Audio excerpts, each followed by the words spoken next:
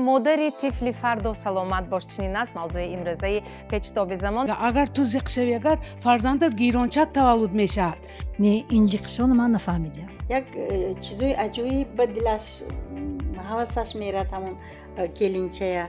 باید که پدرم گفت که ما حامله دار. مادر تا 3 ماه نه همین 9 ماه نگاه کردن دکار. 2 ماه 3 ماه میگذرد خوشنامه‌ها کلین را برداشته میگن که حامله دار نشده است.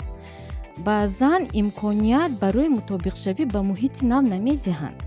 نسلی که تولد میکنه این دو طرز حیاتی سالم این از 5 پرینسیپ عبارت است. دخترچه‌هایی که از سن 15 ساله بالا ما آنها رو البته تیار کردن مدکر. حامله‌داری باید از 20 ساله تا 35 ساله به نقشه گرفته شود.